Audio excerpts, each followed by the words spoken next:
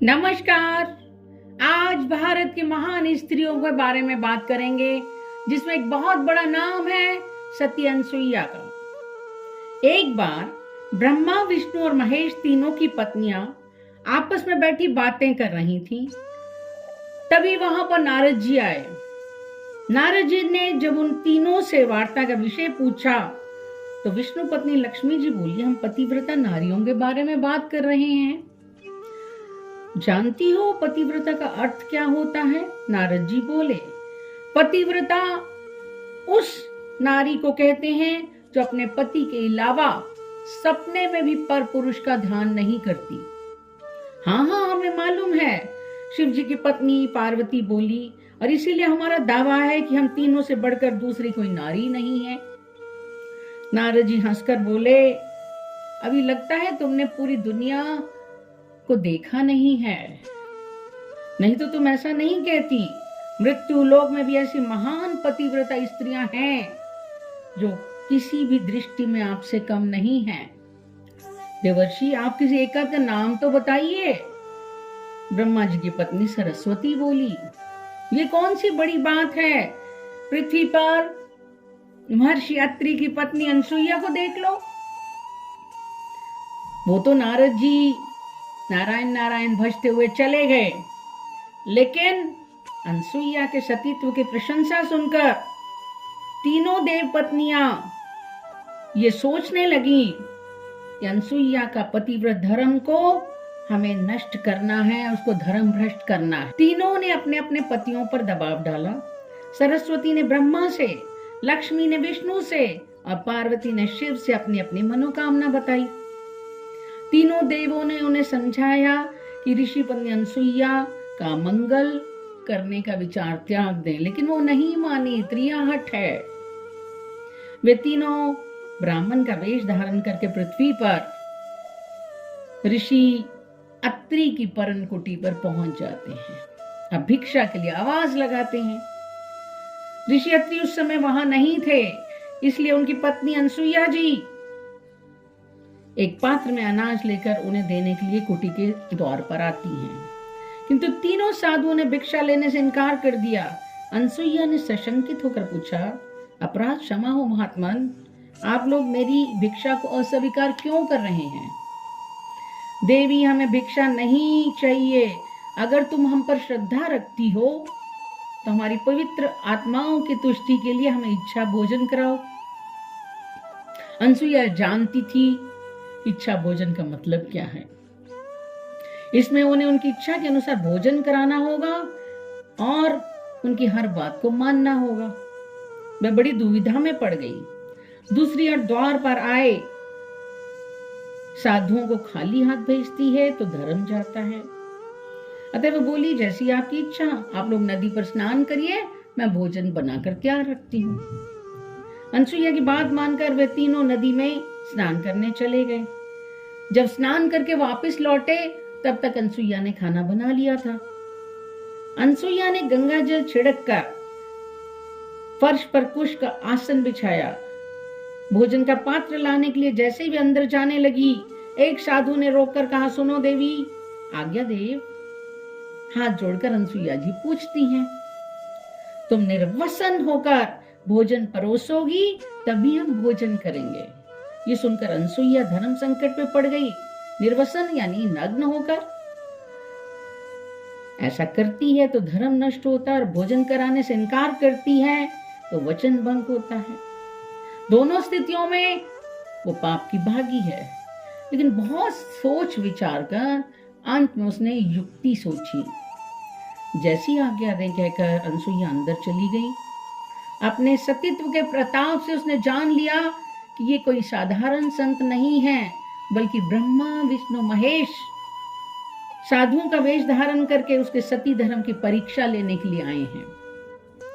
इसी समय महर्षि अत्रि जी भी आ जाते हैं।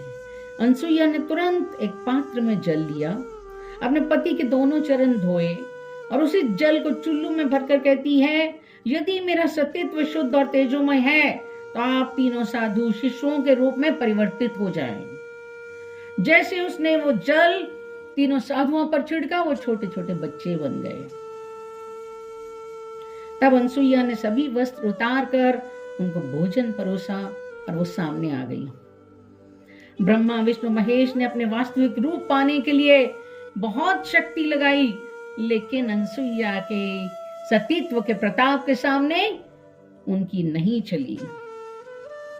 अनसुईया ने उनको गोद में उठाया, अपने हाथों से खाना खिलाया और पालने में लिटा दिया और लोरी सुनाकर उनको गहरी नींद में सुला भी दिया। अब इधर शाम हो गई।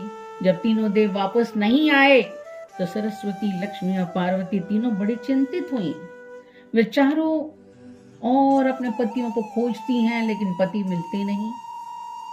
थकी हारी स्वर्गलोक के सामने बैठ जाती हैं।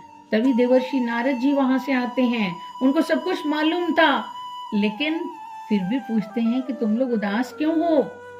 तीनों एक साथ नारद जी से पूछती हैं, क्या आपने हमारे तीनों देवों को देखा? तब नारद जी कहते हैं कि मैंने अभी तो नहीं देखा, लेकिन सुबह उन्हें अत्रि ऋषि जी के आश्रम के सामने जाता देखा था।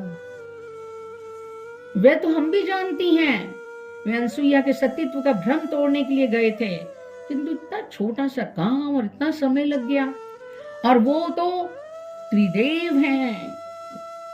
कभी कभी ऊपर से छोटा दिखाई देने वाला कार्य भी बहुत बड़ा हो जाता है। देवियों, नारायण नारायण कहते नारद जी फिर चले गए। अब नारद जी की बात उन तीनों के मन में बड़ी कुरेदने लगी। तो क्या तीनों देव अभी तक अनसुईया की कुटी में हैं?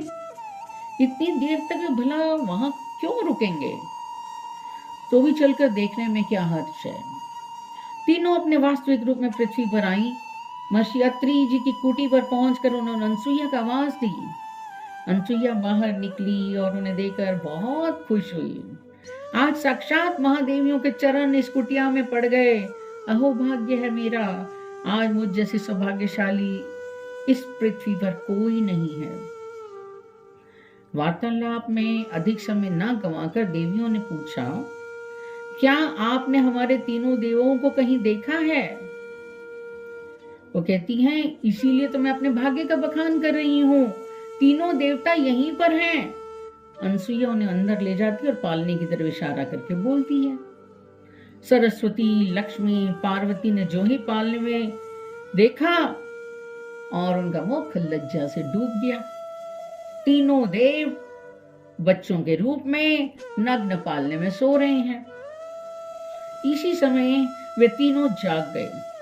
शक्ति परीक्षण में असफल होने पर भी ब्रह्मा को तीनों देवपत्नियों का उपहास उड़ाने का मन में आया। उन्होंने क्रमशः विष्णु और शिव के कान में कुछ कहा जो देवियां नहीं सुन सकी।